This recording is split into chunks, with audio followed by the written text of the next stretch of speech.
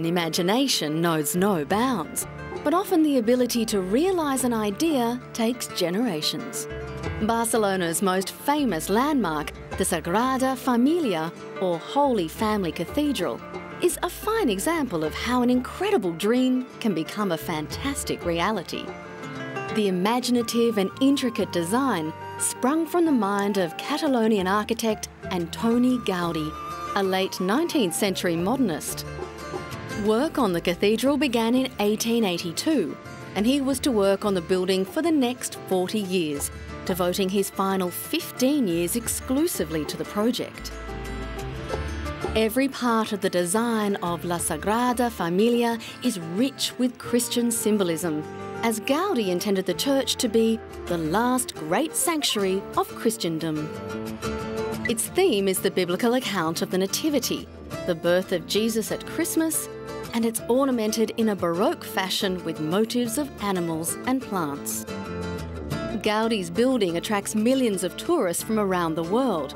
A Gaudi-designed hotel was submitted in the competition to replace the now-destroyed World Trade Center Twin Towers in New York. The plans were based on Gaudi's 1908 design for the then world's biggest hotel. Those submitting the plans claimed the hotel was even planned for the same site. The futuristic design remains relevant and has struck a chord with some New Yorkers.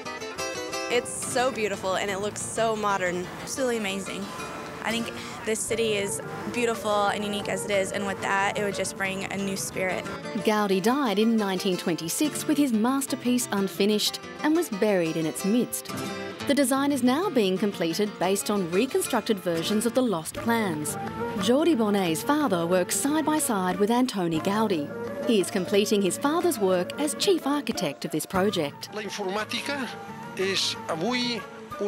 Today, we try to combine computer technology with the old ways to try to achieve Gaudi's elaborate form of architecture. His way to define arches and columns make it indispensable nowadays to use advanced technologies so we can gain some time to finish the building.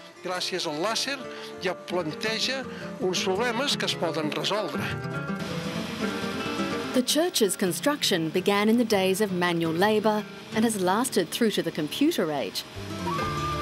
A diamond-toothed saw, guided by laser, is used to cut the huge stones to an accuracy of within a millimetre, so they can follow the original plans precisely. We insert the digital data from the models into a computer that later passes the information to a three-dimensional copier that makes models in wax or yeast.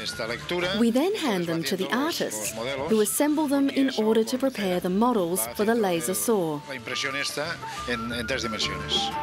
After Gaudi's death, the pace of construction slowed until the mid-1950s, and now 2 facades and 8 towers have been completed. The central area, the nave, was roofed in 2000. The plans call for a total of 18 towers, reaching between 90 and 120 metres. They will surround the largest tower dedicated to Jesus Christ. At 170 metres, it will be the tallest church in the world. When it's complete, this massive church will be able to host a congregation of 13,000 people. We don't really know when the church will be finished. Maybe 30 years from now, maybe more. We will start building the biggest tower in a couple of years. We can't know mainly because with technology advancing so fast, it's difficult to make forecasts.